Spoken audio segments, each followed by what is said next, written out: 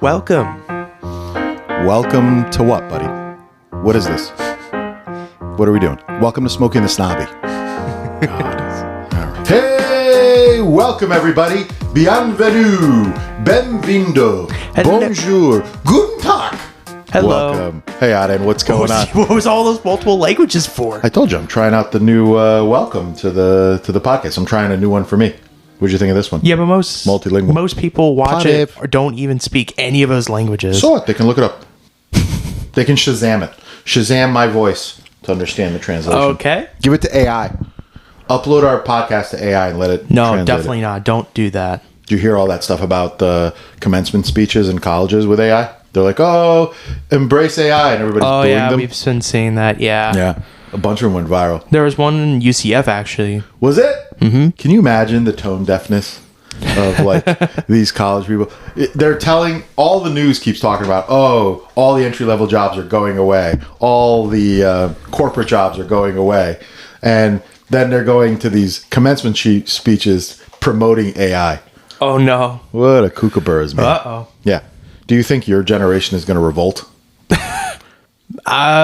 against AI? I don't really know. There's probably going to be people who are going to revolt against AI, whatever you're in the arts and entertainment You might business. be outnumbered because there's just as many lazy people out there that'll rely heavily on AI to do all of their work, that depend on it heavily. Mm-hmm. Well, I don't know. We'll see. What are you going to do? You know? Yeah. But do any of your friends like AI? Or they think No. it's cringe? Like in the internet sphere. Well, even then, I don't think we always use cringe, so it's all right. You don't use the word cringe? Not all the time. Oh, I don't know. I don't know what your terminologies are these day and age. Cringe is the last time I was tapped in to the pulse of modern day vernacular. I don't have anything else. But what are you going to do? I think, they're ignorant to speak to that stuff to a crowd that's being told they're not going to have work. Can you imagine movies in the 80s? What movies before the internet revolution, the technology revolution, do you think hit the nail on the head? Do you think War Games was ahead of its time? Which one with Matthew Broderick? How like the computer kind of took over and started deciding. But I think that more so has to do with the Cold War. It has less to do with like a... No, but the computer took over and it said, oh, the best way to do this is to blow everybody up. Like it started making decisions. Yeah, I guess you could say it that way, but I could say the Terminator. Because Terminator is also about AI. That was during the 80s. Right. So... I mean, that's technically AI. The thing has a mind of its own. What I think is ironic because James Cameron's like all into AI. He is? What's funny is that he is like embracing AI. I mean, as a tool, not as like a creative outlet. He used it to remaster some of his older films like True Lies and The Abyss, which by the way have never been remastered before in he used Blu-ray. AI to remaster them? He did. Did he publish that? Oh yeah. We can watch those? You can if you really want to. Yeah, I think we should. I'm not doing that. Well, I think you should. I'd rather watch the original movies and what they're originally intended for. Yeah. No, I'm not saying anything. Here's what I'm telling you. What I'm saying is we should watch that to see if it's any good. Mm-hmm. To see if it did a good job. Like, did it do a good job as somebody sitting in a booth in front of a computer screen remastering it? You know what I mean? Yeah. I mean, look, do you think the people that glued film together back in the day were mad when they put it on DVD? That's just the way of the world sometimes. Yeah. You know? But yeah, that's... how do we even start talking about AI? Oh, uploading our podcast to translate my Guten Tag. We're not doing that. Well, I don't care what people do. I don't think people can download our audio anyway. No. Yeah. But how you doing, man? Except for, ragging on AI. I've been doing pretty good. Yeah? Mm-hmm. What have you been up to? Nothing much. Yeah. We're getting ready for a trip. That'll be fun. We're getting ready for that, and also I'm going to take care of a dog soon. Yeah. The trials and tribulations of suburban life. We have friends going away for a trip, and you have to watch their dogs. They're cute dogs, though. We're a dog family, so we love all kinds of dogs. Well, one dog, but we have what? One dog is cute. Yeah, all dogs are cute. I like ugly dogs. I do like ugly dogs too. I like full circle and become cute again. Ugly big dogs. I like all ugly dogs. Like that. I just don't. What's that Mexican breed that's hairless? Well, I mean, I don't know. Chihuahua's the only thing I can think of. No, this is like a big dog. It's got no hair. Oh, really? That's funny. Axetol or something it's called. It's freaking awesome. Is it like a Great Dane? It looks like your favorite breed, but skinnier and no hair. What's your favorite breed? Bull Terrier? Bull Terrier is one of my Spud favorites. McKenzie Yes. from the Budweiser commercial? Yeah. Yeah. Yeah. Yeah. I always send you photos of them. Yeah, we like dogs. I like dogs. I do like dogs too. I like dogs from far away. Do you know what I mean? Oh, I disagree with that. I don't. Okay, some dogs I would say that depending on the dog you're seeing, like a pit bull, like I would be scared. Well, I'd be scared of any strange dog that's loose running around. Well, unless if it's a small dog, you don't feel intimidated by You it. never know. They might have rabies and bite you. Maybe, but I then, don't discriminate. Size. like big dogs, I mean, I don't know, man. Big dogs can be very dangerous. You got to be careful of them, especially with like pit bulls. Like pit bulls are the most dangerous breeds. Are they? Mm-hmm. Oh. Yeah. I don't know if that... Are they? They have the most kind of like... Yeah. Yeah, that's a shame. They're awesome dogs. They're cool dogs, but the problem is they're very dangerous, and you got to be very careful. Well, I guess with it them. depends on how they were bred, and yeah, a lot of that stuff. They were fighting dogs, but yeah, I mean, just be careful. I don't think it's just a breed thing. Like, Yeah. I do the same with a poodle. They got teeth. They're Poodle? big. Yeah, I don't care. Okay. I got a funny story before we get into this movie today. Yeah. It's a line. It's a funny. You used to like run up to dogs and stick your face in their face when you were a kid. Because in New York City, a lot of dogs were like used to humans and interacting with them. So it was pretty safe, like running around grabbing random people's pets because they were already like acclimated. But here, we didn't know people and people, and dogs don't always leave the house or the yard, so they're not acclimated. So we had to like teach you not to do that. Yeah. But now you know better.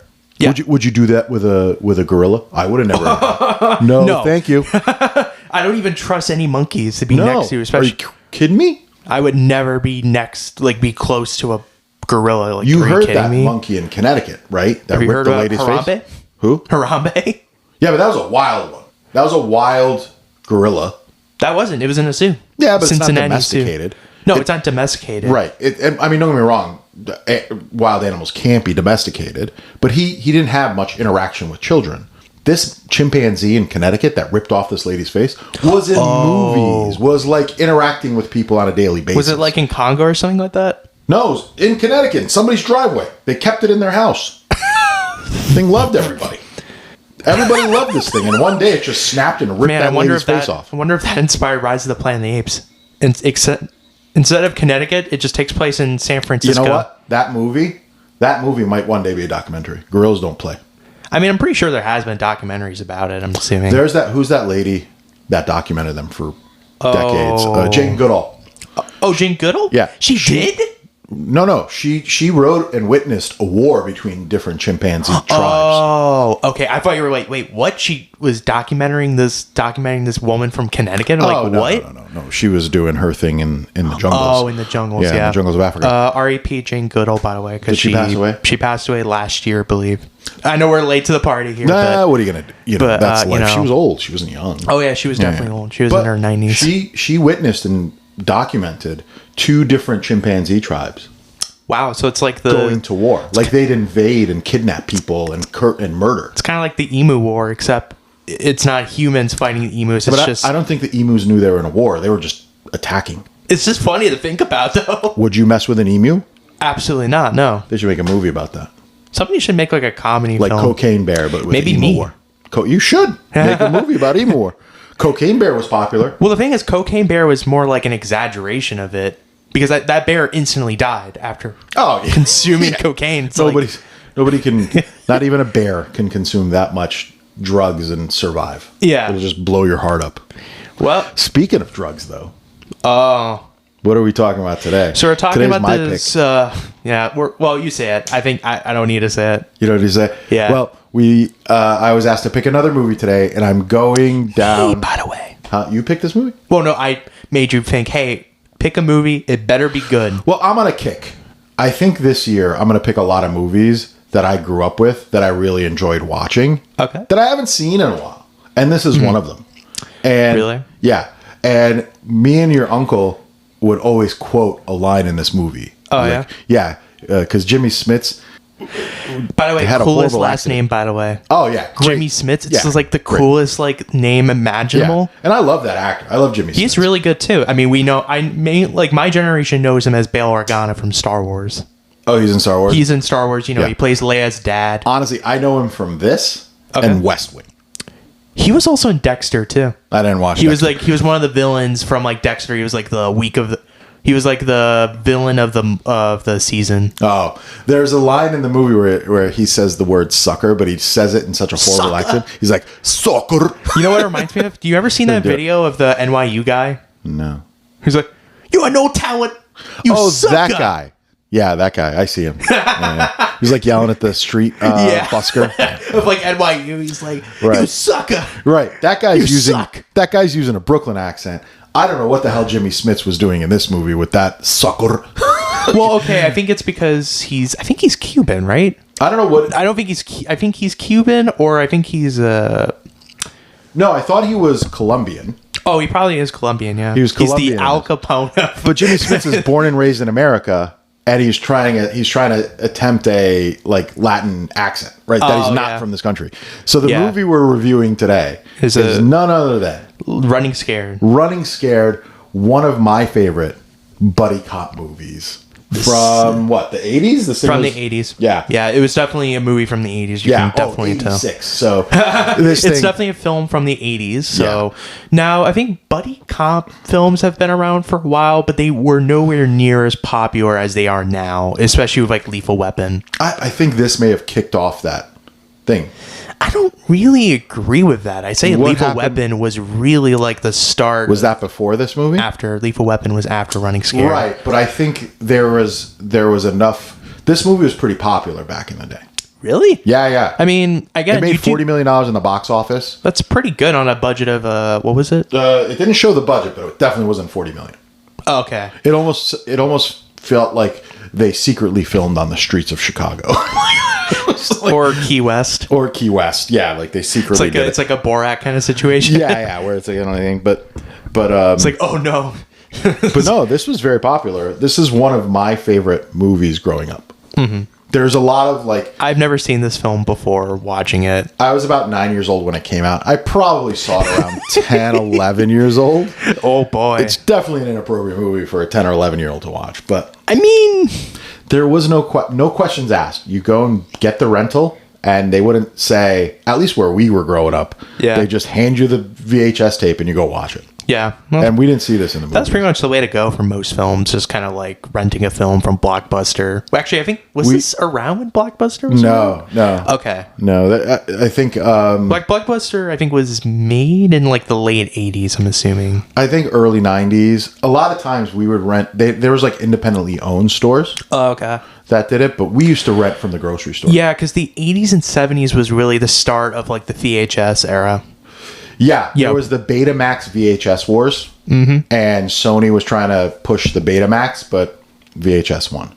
VHS absolutely won, yeah. It's like when the DVD came out, they tried to come out with Laserdisc, and Laserdisc lost. Who's going to walk around with a disc the size of a record to watch when DVDs were like 3 inches wide? It's crazy. Yeah.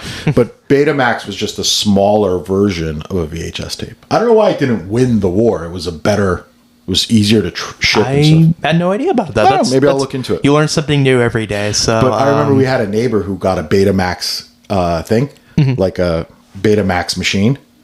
And when they stopped producing it, it was garbage. They had to throw it out. oh no. You had to buy a VHS. Yeah. I will say we're Running Scared. I think I've heard of it a couple times, but me? no, Running Scared. In general, how'd you In learn general, about it? I think I've just heard just a couple things about it. Like, oh, this is part of Billy Crystal's filmography. I didn't know you like that. Billy Crystal, right? I The do like actor. Billy Crystal, and I think this is our first Billy Crystal film we're talking about. Is it? What a way to get ourselves introduced to Billy Crystal. Huh? Yeah, you always talk about When Harry Met Sally. I always talk Harry about Met Princess Sally. Bride. Monsters Inc. Monsters, Inc., yeah. City Slicker. He's done some iconic comedy films. Yeah. He's done some great films. Not a whole lot, actually. You'd be surprised. Billy Crystal doesn't have this huge like filmography like Robin Williams. He doesn't. No, but Wasn't there something where he was a Russian? Or was that Robin Williams? that was Robin Williams. That was what was it? It was like Moscow in like New York or something like that. Yeah, Moscow, New York, and New York and Moscow. It was like Moscow and like Hudson. Yeah, Moscow and the Hudson or something. Yeah, that's what it was. That was before like Robin Williams was known for Good Morning Vietnam. But like I've always liked Billy Crystal. Like anytime he's in a movie, I've always found him to be pretty funny. I did too. I was always excited to see him. I was always excited to see him, and that's no different here. Like he's pretty fun in this movie.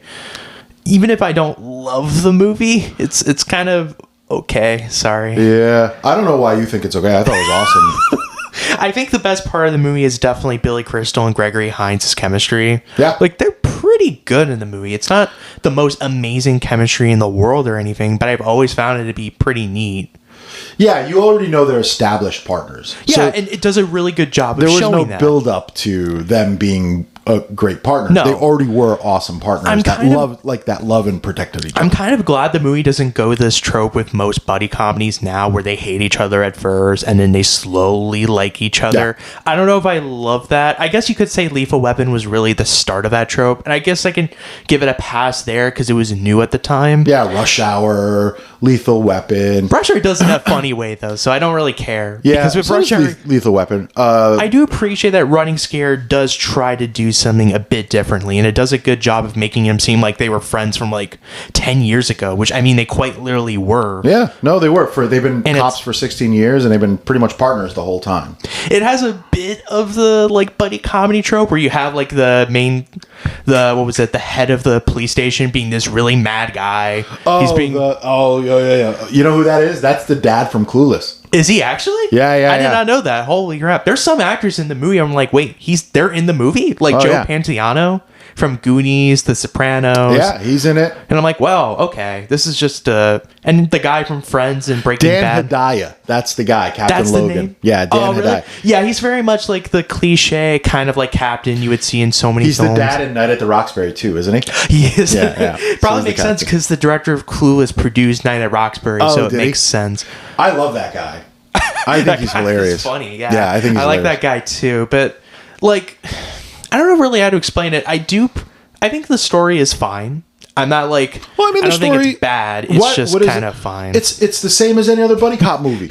But that's there's a drug dealer who keeps getting away, and they're trying to get him. I like this movie more. Here's why I like this movie more. These guys aren't actually trying to be cops anymore. Remember, they get like shot at and they get scared and they don't want to be cops. They get suspended. Yeah, they get suspended. And they get sent to... They're like, you know what? We're going to go to Key West. Billy Crystal's aunt died, left him $40,000. So he's talking about what he's going to do with it. Yeah. Remember? And he goes to Key West and they're like, I don't want to get shot at anymore. Let's open a bar.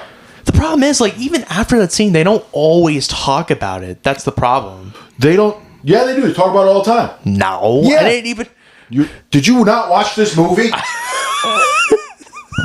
They go to Key West. Okay. Fool around in Key West with women, and this is where this movie becomes inappropriate for 10-year-olds. Yeah. Just a lot of like inappropriate scenes. Mm-hmm.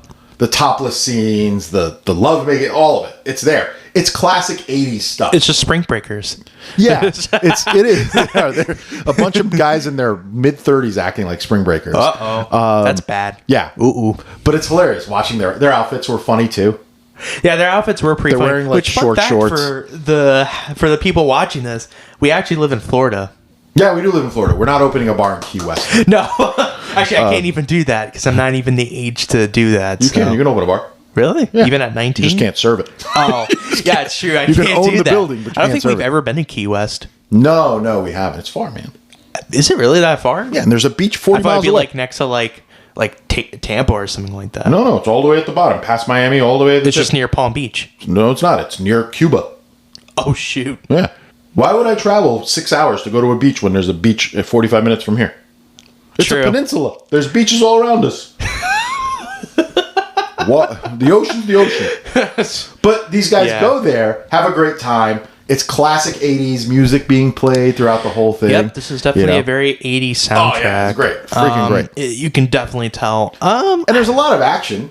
Yeah, there's a lot of action. I guess there's a couple scenes I guess a couple of action scenes I really liked. I like the train sequence with the two cars and like the train railroad. Yeah, that's practical, man. That like, wasn't like whoa. CGI. That's not AI. That's none of that. Nope. That's dudes, stuntmen on a train track it's in pretty Chicago. Cool. Yeah, it was awesome.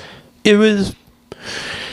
I like that scene. I like the scene with the dump truck lifting the taxi up and gonna crush him. Oh, yeah, I saw that. I'm like, wait, can a dump truck actually do that? Just like crush a car like that? I don't know if in real life. I don't know how they did it. None of that was fake. No. So that was all real done. They maybe took the engine out of the car when they did it because it makes it lighter. Yeah, I remember like one of the best jokes of the movie being the stupid car that Billy Crystal and Gregory Hines gets.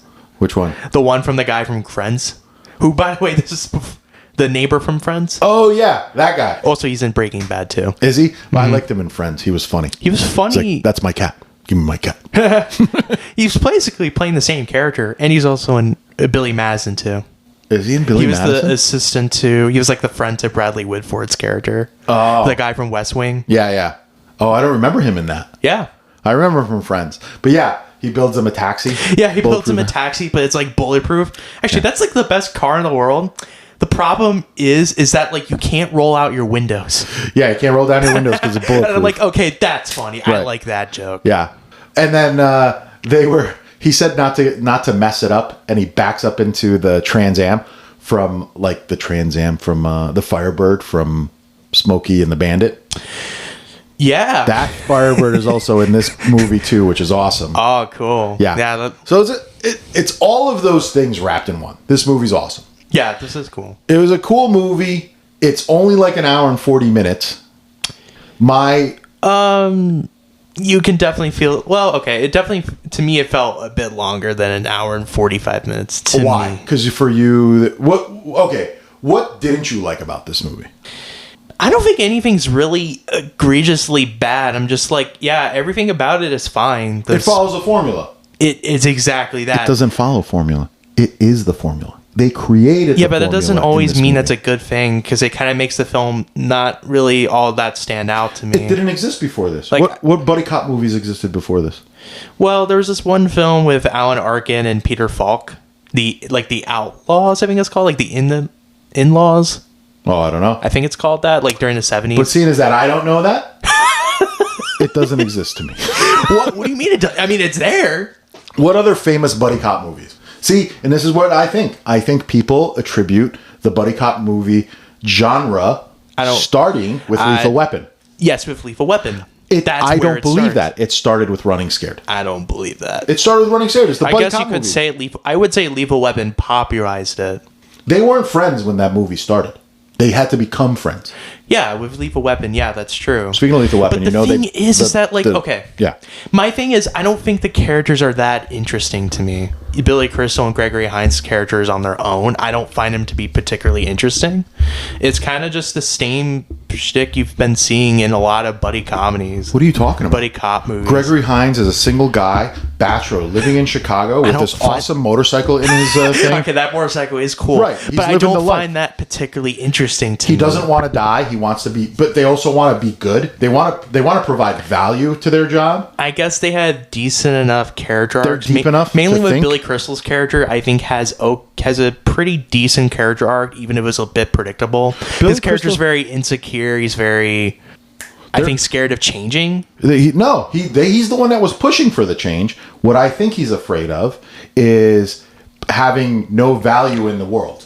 And he's realizing that if I'm not going to be of any value to anybody, not to my future ex-wife, not to the police, I'm going to go and live my life in Key West and fish for lobster and serve drinks. Remember, he had to convince Gregory Hines to come with him. He's like, I like the, remember the joke? I like that I can shoot people. He's like, you shoot people down here.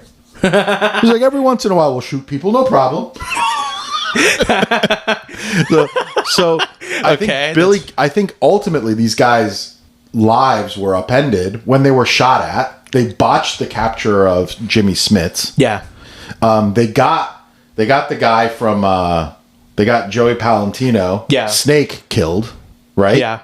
So, and they botched capturing Jimmy Smits like 3 times in this whole movie. They got him. Yeah. They got him the first time. It's kind of one of my problems with it. It does get a bit repetitive to me. It kind of gets a bit stale pretty quickly. How long? Like, damn, how are they so bad at capturing this guy? Well, this guy kept getting away. Yeah, he kept getting away. Right. And it gets a bit repetitive for me, at least. Well, 3 times. That's why I don't think it's that well paced. It gets a bit repetitive. Yeah, but then they have to end the movie. At the end of the day, the movie's got to end. Yeah. There was no lead up into who this the Gonzales Jimmy Smits character Gonzales was, right? Mm-hmm. The movie starts with them chasing Snake and them going, "Hey, where's Gonzales?" We don't know nothing about Gonzales. We just know he's a drug kingpin. He got out of prison and that's it. Yeah. There's no backstory on this guy at all. No. He's just a drug dealer. Which is fine for this movie. I don't think you need to do that. No. But I like how the neighborhood in Chicago protected Gonzales, and that's why they struggled to like find him. There's a lot in this movie. There's a lot going on in this movie. But all of it is tied to Jimmy Smits' character having everybody killed. Yeah, pretty much. Right. They had that cop killed. They're chasing even had him. A kid involved with this. And had a kid involved. Like, wow, man. Which leads to one of the funniest, for me, the best scene in the movie. Mm-hmm. The funniest one is when he's got that hostage in the hallway. Oh. And he's like, throw down your pants. I think it was funny at first, and then it kind of dragged on to me a little bit for me. Not for me. It could have gone on another 10 minutes. I would not gone for 10 minutes. If there was a third person that had to throw their pants down. It would have been less funny if it was dragging on for too long, which it does. I don't think it does. I think it does. They're debating whether they should give this guy their pants. And yeah, but I think that drags on for too long. Because they're sitting there arguing. This guy's going to kill this woman if they don't give him his pants. They don't want to give him his pants, but they also don't want to see this old woman die. And you don't really get the stakes of the situation at all. You don't really believe it because it's going on for so long. He could have easily killed her. That's the comedy of it, though. That's the comedy aspect of this movie. That's where I think this movie's it doesn't take itself very seriously. I don't mind that. Yeah. I said many times, I don't mind it at all. It's just like, it's not that funny to me because it What genre do you throw this in? I think it's an action comedy. Yeah. I would absolutely put that too. And sometimes comedy comes before action. You know what I mean? I don't think you need to do that, though. I think you have to figure out how to do both. There's plenty of films that do both of that. Like Police Story, as an example, does that very well. I don't know what Police Story is. It's with Jackie Chan, and it's an action comedy. So is Kung Fu Hustle. Do you think that was over the top? Oh, it absolutely was over the top. And loved it, right? Yeah. So why this being a little over the top? You're like, I don't know, it's dragged on too long. I just don't think the story is that interesting, and also too, it's a bunch of cops trying to retire and not get killed on it. It's not that memorable to me. I'm sorry. All I'm doing is remembering it. It's all memorable. It's not that memorable. I don't know what to tell you. What was your so that scene dragged on. My favorite scene in the movie, one of my favorite scenes in the movie, dragged on for you. Yes. Okay. I don't know why I'm insulted by that, but I am. Why are you insulted? I don't know. It's called opinions, man. You gotta have that. I know, but I can't control my emotions. I don't know how to deal with it. You gotta control it. Go seek a therapist. I'm controlling. I'm not going to a therapist. What I'm going to do is take it out on you. Go seek a therapist. You can talk to her about it. You know what? I considered emotional abuse, what you're doing. How is it emotional abuse? If you want to be... You're telling me that scene dragged on too long? It was hilarious. It was not that funny. He missed. It could have been funny if it was like less than like those few minutes. Finally throw the other pants on, and this is the first time ever they called backup because they never called backup. Remember? And all of the precincts showed up. Okay, that was funny. Right? And they walk out and they're like, "What did you do?" Okay, that was funny when they brought every cop. That I actually thought now was they're funny. in their long johns. I don't know. Freaking hilarious. I feel like most of it was perfectly fine. Like I definitely laughed at a few points, but what was your favorite? I think it was just the whole taxi thing was really funny to me. With them picking up the priest and the nuns? Yes. Yeah. That was funny too. Him screaming at the nun. And all the cops it was like all coming together, I thought was pretty funny. I think everything about it is just fine. I don't think anything is really awful. It's really not. It's just perfectly fine, everything. Okay. I'll take that. I think the plot is fine. I think the editing and the action scenes are fine. Although there are points where the action scenes are pretty creative set pieces, like the whole like train railroad thing, I thought was pretty fun. I'm thinking they filmed all of that in Chicago. Like none of that's I'm pretty sure they did. Right. They drove. And I'm pretty sure they all went track. to Key West. Oh yeah. They should have gone to Orlando and go to Disney World. They should have done that instead. Buddy cops with the Mickey Mouse ears. Yeah, they should have done that. We should open a gift shop outside of Disney. That would have been. That would have been funny. But I don't think Disney would do that. It's like, guys, get out. I don't think Disney allows people to film in the parks. I think they do. It's just you have to ask permission. I don't think they easily give out. There's people who actually do shoot like footage and You can shoot footage like for you. Florida Project didn't have permission and they snuck in and filmed. I know this was before Universal Studios, but there were some films I think that were shot in like Islands of Adventure, like House on Haunted Hill. Was it produced by Universal Studios? Mm-hmm. Yeah, then there you go. They're going to allow, like Disney's going to allow you to film Disney movies inside of a thing. They're not going to allow Spyglass to film a movie inside of Disney. I think House on Haunted Hill I don't think was produced This was produced by MGM. They're not going to allow MGM into... No, although this was Disney. A couple years before, before MGM Studios. In Hollywood, what Hollywood Studios used to be MGM Studios. Yeah, man, they could have used a running scare theme park. Right? They could have. They should have turned the Aerosmith ride into that subway scene. That could have been fun, especially when I think at the time there really wasn't much to do with the whole like Sunset Boulevard section of the park. Yeah, well, there was no Chicago section of that park. There was New York. Oh, yeah. But I mean, I think Chicago is another character in this movie. I love movies. Yeah, especially with there was a lot of establishing shots in the beginning of the movie. It's like, wow, there's so many. Oh yeah. I'm like, okay, this is fine enough. It's like a traditional '80s films opening scene. It's just like a lot of establishing shots. You forget how great with an Chicago '80s soundtrack. Is. Yeah, the city of Chicago is amazing. It's a fun place to be. You know what actually is the best '80s film with a good soundtrack? And, which one? And it takes place in Chicago. Ferris Bueller's Day Off, same year. That came out in '86 too. Mm-hmm. Do you think? Ferris Bueller's Day Off is definitely way better. There should have been a crossover. No, it would have been funny. If Gregory Hines maybe, but pulled over Ferris Bueller's Day Off. Ferrari. Again, those movies are not comparable because one is just a teen comedy while one's just an action comedy. But Ferris Bueller's Day Off, I'm watching any day. What other? I don't know of any other movies that were filmed in Chicago as far as action movies go. Dark Knight. That was filmed in Chicago. Mm-hmm. That was Gotham that time. A lot of like Batman films were shot in Chicago. Yeah. The Untouchables is based in Chicago. That too. Wicker Park, but those aren't action movies. Untouchables is absolutely an action film. Yeah, but I don't know if there's any other action. Like this stands out. Detroit and Beverly Hills Cop is there, but then that's for like short and small. And then we get to California. Yeah, a lot of these action movies. Yeah, but this was all filmed in Chicago, I think. I think so. Yeah, all of it was practical effects, stunts, all of it. Yep. I thought it was pretty cool. It's neat. There certainly are good action set pieces. It's like, ooh, this is pretty good. Oh, yeah. And I'm like, most of them, I'm like, this is fine. I'm not like... What was your funniest? I think it was just the whole taxi scene. The whole taxi scene? Yes. Mine was that scene with the pants. And then the second one was... Oh, wait, no. I actually like the donut scene, the Dunkin' Donuts thing. Which one's that one? That one's in the beginning of the movie where Billy Crystal, like, awkwardly, like, gets to Gregory Hines' room while he's having, like, when he's having intimate... Yeah, he's making love. Oh, and he brings a donut. Yeah, he's like, we gotta go. Donuts. He's like... Well, that's how tight they are. That's how close they are right out the gate. A little too tight. A little too tight. Actually, this movie would have been awesome if this movie was about them becoming gay. Oh, God. Everything with you leads to this. But I mean, it's true though. It would have been awesome. It would have been awesome. That would have been cool. He's married. Well, he was married. He could be a bisexual. I don't know.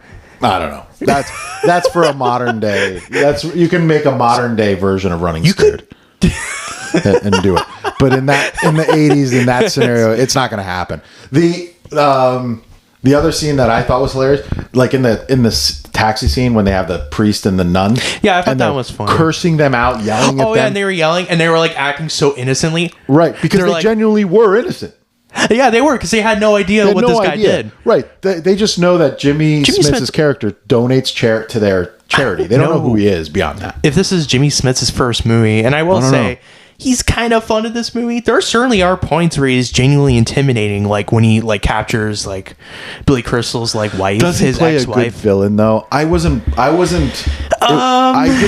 believe it. I would say he's not exactly threatening, and I don't find him particularly memorable. Right. To me, he's too much of a leading man. He just feels like any other generic villain like that. Yeah, even then, I don't think he plays villain well. He can be a superhero well. Jimmy Smits can absolutely play a villain very well. I struggle to see it because to me he's a leading man. Well, you got to watch Dexter then because he's very threatening in Dexter. To me, he's more of a leading man. He's got that presence. Oh, right. Yeah, he definitely has that leading presence. Right. I can see that leading presence. He doesn't. Coolest name.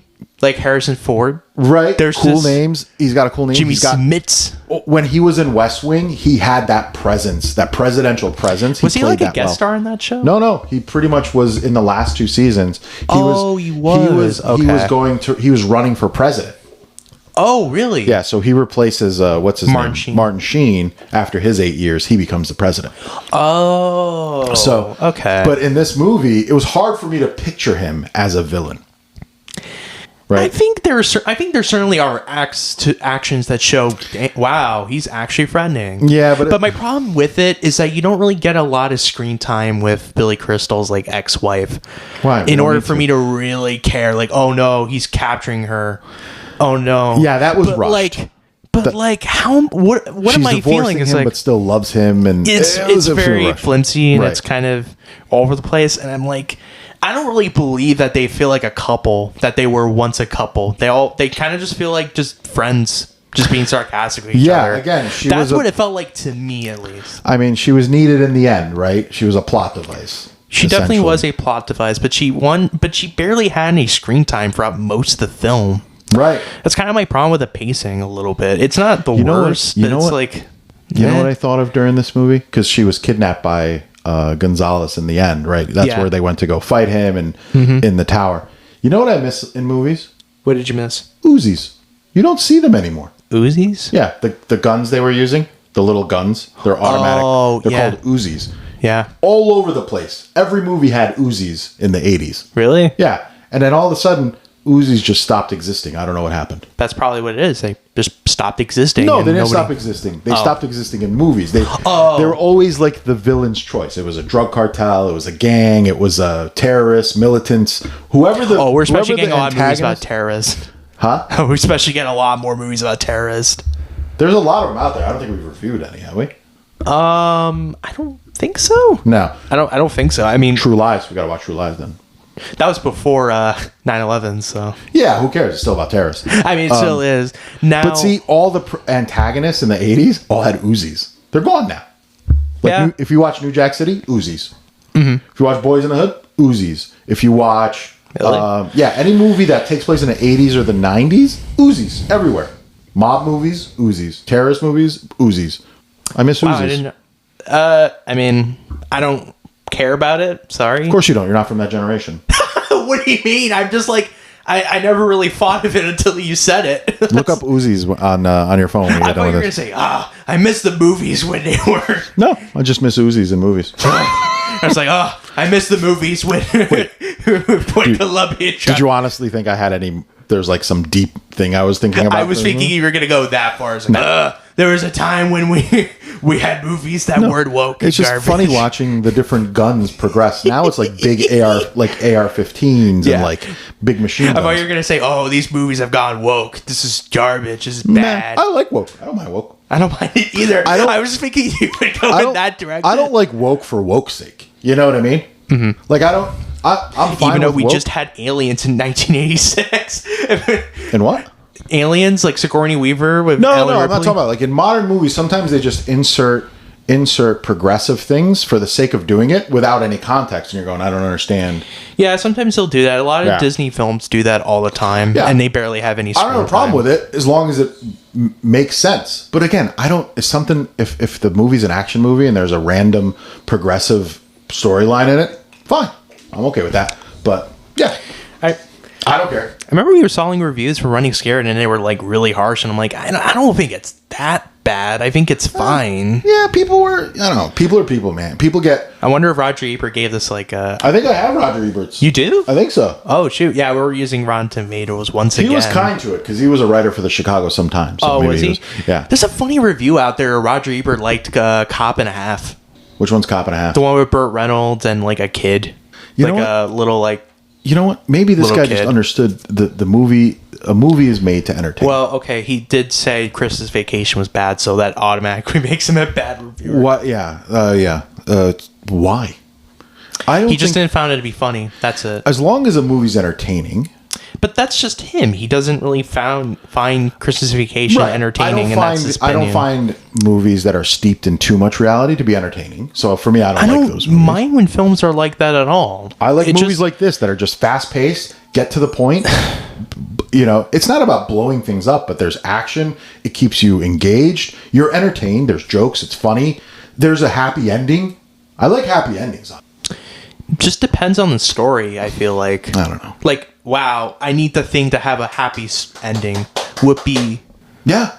It's a movie. You're crazy, man. It's supposed to... What are you, Sylvester Stallone, Well, where you why want a does it have happy to be- ending for every movie? Yeah. That's not how films are like. What's you his don't name? have to What's his name insists on dying in every movie he rolls in? Machete. Sean Bean? No, Machete don't text. Danny Who's the guy? Trejo? Danny Trejo. I thought it was Sean Bean. Sean Bean dies in almost every film he's part of. Danny Trejo, if he's playing the villain, he says the villain needs to die.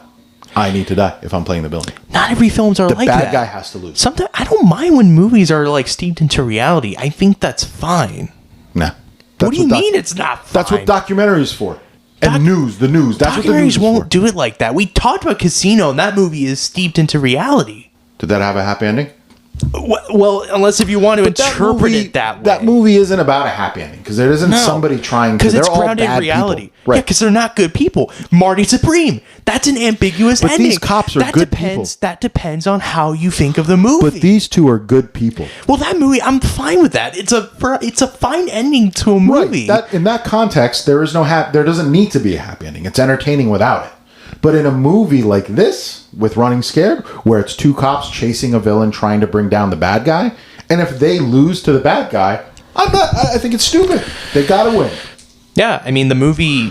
I mean, would you want to see Superman dead at the end of a movie? No. Because you want him Superman to is not succeed. that kind of story. No. That needs a bad... He always almost dies, but he never dies. Would you watch a movie with a superhero dying at the end of it?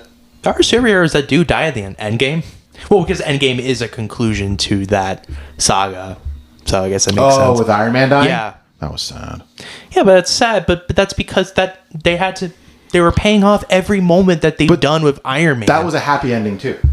In Because some he saved ways, yeah, humanity. He became does. the ultimate superhero. It's what we call a bittersweet ending. Bittersweet ending. As we call it. That's a good definition. As we call it, a bittersweet ending. This But movie didn't have a bittersweet ending, though. This It's had just a happy ending. Yep. That's it. Jimmy Smits gets I think that's fine. shot up with an Uzi. For this movie, it makes sense. Why would you have a movie that ends in a bad ending? I don't mind any endings in general if it fits the story well.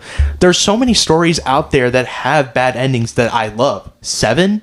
Well, okay, I don't love Seven, but I do like it. That movie doesn't exactly have a happy ending. No, that was a bad ending, too. That was a bad ending because, like, Brad Pitt goes crazy. Yeah. But that movie was entertaining enough. Or The Dark Knight, unless if you yeah. really, really want to say that's a happy ending. What is? The Dark Knight. I don't remember that. Because, like, there's, like, actual consequences that would happen with Batman. Is that the one with Joker burning that pile of money? Yeah. Yeah. You Because, lost like, me. Because, like, if you can interpret it as a happy ending, sure, but, like, that there was, like, actual consequences that happen to Batman. He can't be seen anymore because he's seen as I wouldn't say a criminal, but, like, like a criminal, yeah. Yeah, Because he kills Harvey Dent. This is before people found out that Harvey Dent wasn't a good person. When he turned to the Two-Face. When it comes to good versus evil, good has to win in order for me to be entertained. I don't think all stories always have to be that way. It just depends on the story you're talking about. Like if there's a romance, a rom-com, at the end I want them to get together. Like Blended.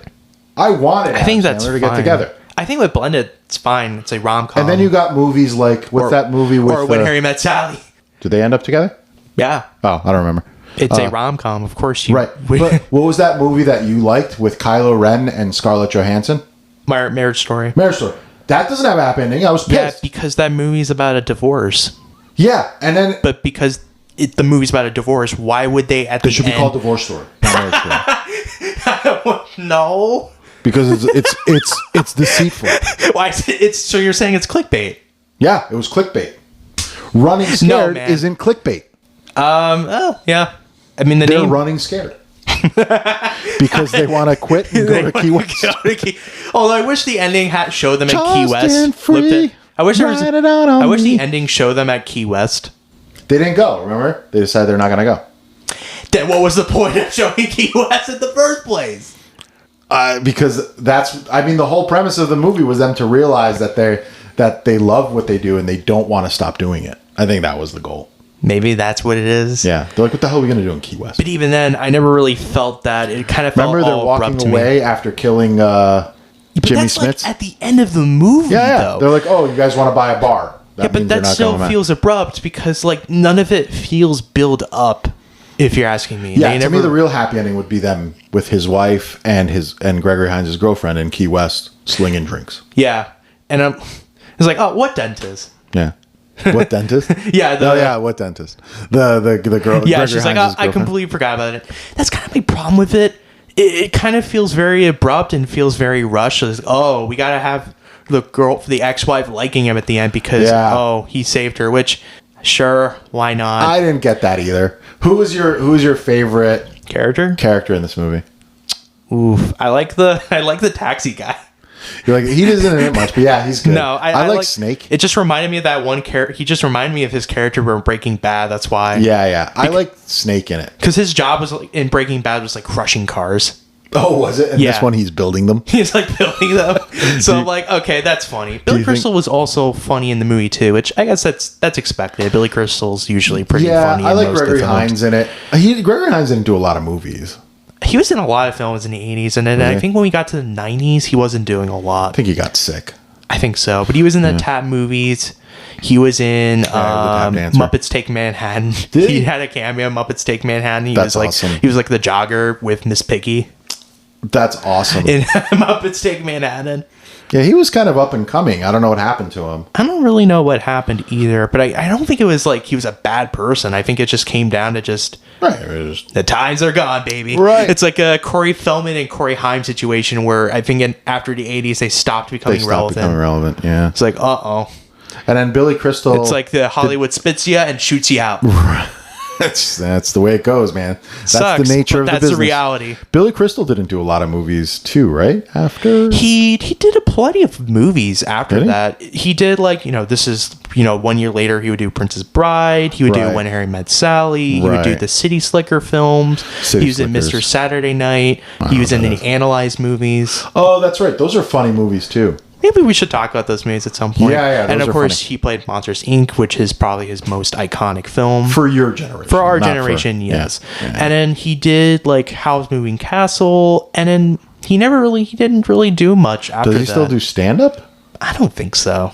And again, he is old. Billy Crystal is old, so you're not going to expect him to have like Dave Chappelle like arenas. No. Or anything like that with Billy Crystal, but he is still working. Like he just did a show a couple years ago where he played a therapist. I couldn't tell you. And I think somebody played him in Saturday Night because he was supposed to be an SNL cast member. He was.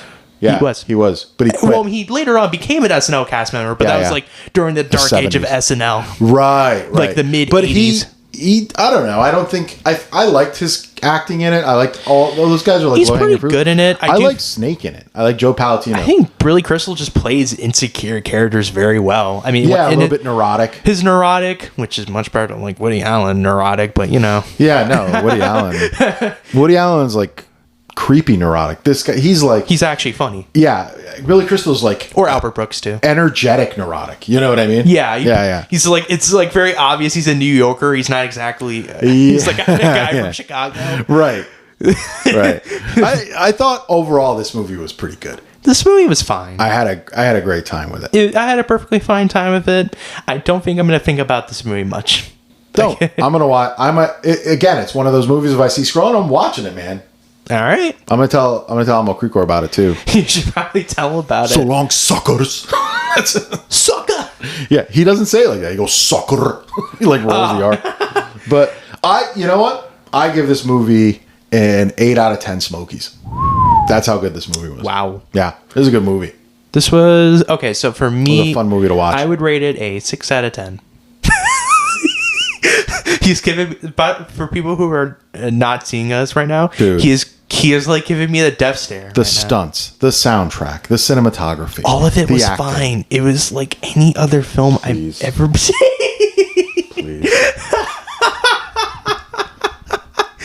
I don't think it's bad. I just think everything about it is fine. The acting was actually pretty good. Some scenes were funny.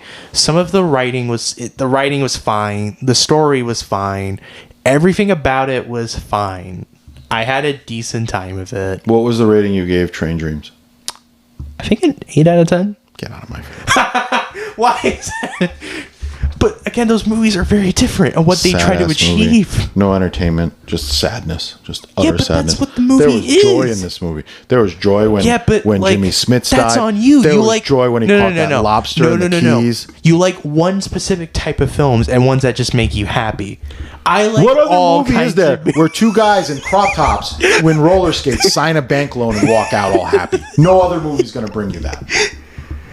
Joy. You know what? You're not wrong with that. Right. You'll never again see in a movie two grown-ass men in crop tops and Daisy Duke shorts and roller skates walking out of a bank in Key West. Child and free, shine your light on me. Do, do, do. But we're using our trusty source today. We are, but I'm still not happy about your 6 out of 10. Why is that a bad thing? That's my rating. I don't want to hear it. Let's hear what the critics have to say. Because I know they don't agree with you. No, they're well, actually, no, that's not true. The Rotten Tomatoes meter says 63%. I rated around the same rating as them. A 6 out of 10. 58%, which... The audience score is low? Yeah, it's low. Lower? I mean, they're not too far. People wouldn't know a good movie. It slapped them across the face, man. It's a fine movie. People wouldn't know a good movie. Slapped them across the face. Not the critics, not the audience. Yeah, like Lethal Weapon. If you slapped it in their face and then realized, wow, look at Train Dreams. That movie's really good. I'm like that with you with Train Dreams. Raspberry Town. So we're gonna look at a review from the one and only Roger Ebert. Right. Chicago Sun-Times. Under the Chicago Sun-Times, which I wonder if he liked this movie if it's from Chicago. He gave it a 3 out of 4. Which by his rating standards, that's pretty good. 75%. So he says this genre is so overpopulated that it hardly seems like we need one more example, and yet Running Scared transcends its dreary roots and turns out to be a lot of fun. See?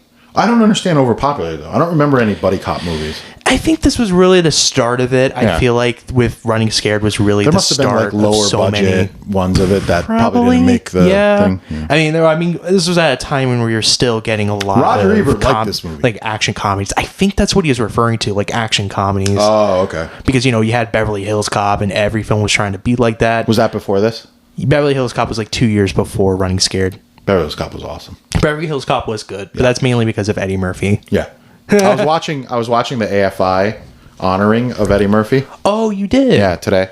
Yeah, it was I did not know that. Wow, did they show a clip of Norbit? No. It's mainly just people getting up and talking. That's just sad. But it's all just praising Eddie, which is nice. He deserves it. So sad they didn't show Eddie Murphy's masterpiece, Norbit. That's a shame. It's hard to do 6 characters in one scene and thing, man. That's true. He deserves the praise. But yeah, I definitely agree. This movie was a lot of fun. Yeah, and then we got a review from Mike Massey under the Gone with the Twins. That's cool. You're very funny. That's a cool name. And then he gave it a 3 out of 10. Now that's harsh. Yeah, it's a bit much, Mike. I would say. He says Crystal and Hines don't have great chemistry. That I'm going to have to horribly disagree on. I mean, again, he says, nor do they have a complementary repertoire. Yeah, repartee. I don't think so, Mike. They have great chemistry, and also, too, like, he's not even using any examples here at all. I think he's trying to say because everybody's expecting a little bit of tension and a growth of honestly, respect. I don't mind that, honestly. It's kind of a breath of fresh air, honestly. Why do I care that I have to build up to them being friends? We see that all the time at buddy comedy. It's like, oh no, they don't like each other at the beginning, and then they start to like each other at the end. What's your favorite buddy cop movie? Nice Guys. Nice Guys? I love Nice Guys That's, so much. With Russell Crowe and Ryan Gosling. I've never seen that movie. Good. That movie is really funny. Huh. I like Rush Hour. Rush Hour is a fun one. Yeah. Do you speak English? Right. I'm speaking to you. Yeah, I am you. No, you. That was great. Great scene. No, I think that's Rush Hour 3. Yeah, I know, but I just like that scene. Yeah. I like the Rush Hour movies. I like the Rush Hour movies too. They're my favorite buddy cop. I also liked Thing 2. Does The Long Kiss Goodnight count? I really like that movie too. I never saw it. What is it? Long Kiss Goodnight. It's about Gina Davis having like amnesia because she's like a normal wife in the beginning of the movie, and then she finds out she's a actual hitman. I don't remember. She's got hit woman. Yeah, no, I don't remember that. It's a really good movie. But yeah, no, for me, Rush Hour is the one. I can't think of too many others other than Beverly Hills Cop. Showtime with Eddie Murphy and Robert De Niro. Harlem Nights was good.